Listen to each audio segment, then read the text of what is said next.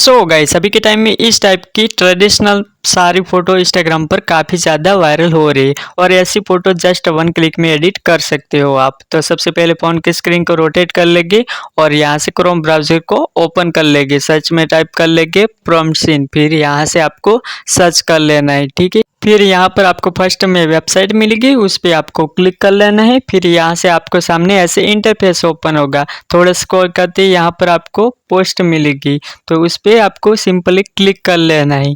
फिर यहाँ पर क्लिक हो जाने के बाद यहाँ से थोड़ा स्क्रॉल कर लेना है, तो यहाँ पर आपको प्रॉम्प्ट मिल जाएगा। व्यू प्रॉम्प्ट में जाकर प्रॉम्प्ट को जस्ट वन क्लिक में कॉपी कर लेना है। फिर यहाँ से क्लोज होकर चैट जीपीटी को ओपन कर लेना है।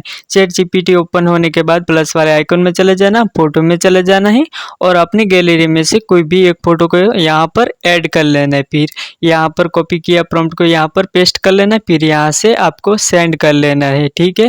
थोड़ी वेट करते हैं, हमारी फ़ोटो बनकर रेडी हो जाएगी, ठीक है। तो यहाँ पर हमारी फ़ोटो बनकर रेडी हो गई है। फ़ोटो पर जस्ट टैप करके सेव वाले ऑप्शन में जाकर फ़ोटो को सेव कर लेना। ऐसी वीडियो देखने के लिए मेरे चैनल को आप सब्सक्राइब कर लेना, ठीक है। मिलते हैं अगली वीडियो में। Thank you.